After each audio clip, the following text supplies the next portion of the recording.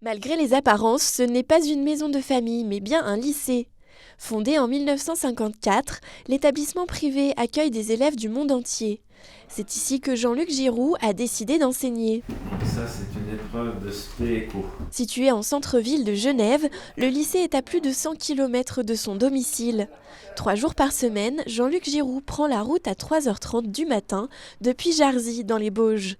Un petit village de montagne où il a géré en parallèle et pendant plusieurs années une ferme. Aujourd'hui, l'âge aidant, j'ai considérablement réduit l'activité agricole à quelques poules, 3 moutons et 2 lapins, et quelques chiens pour la chasse.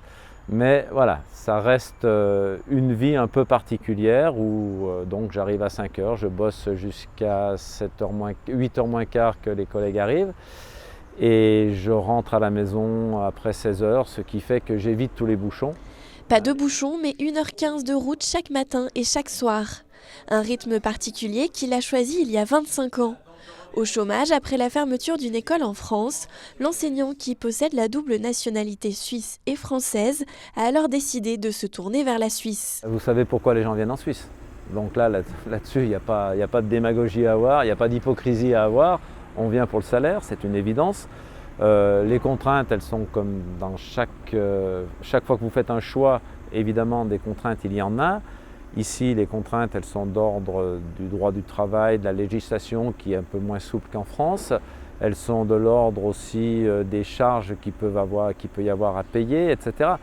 Mais bon, c'est un choix, on le fait consciemment et on sait pourquoi on vient ici. Chez nos voisins helvétiques, les salaires des enseignants sont 2 fois plus élevés qu'en France.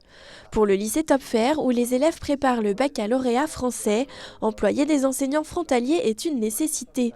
On a beaucoup de professeurs frontaliers. Pour nous, eh bien, c'est pas par plaisir, c'est une obligation puisque on recherche des professeurs qui maîtrisent parfaitement les programmes de l'éducation nationale française et également qui maîtrisent la méthodologie, parce qu'il y a une différence dans la méthodologie de l'enseignement. Donc pour nous, c'est une obligation d'avoir des professeurs frontaliers, absolument. À quelques années de la retraite, Monsieur Giroux enseigne avec toujours autant de passion à ses élèves majoritairement genevois.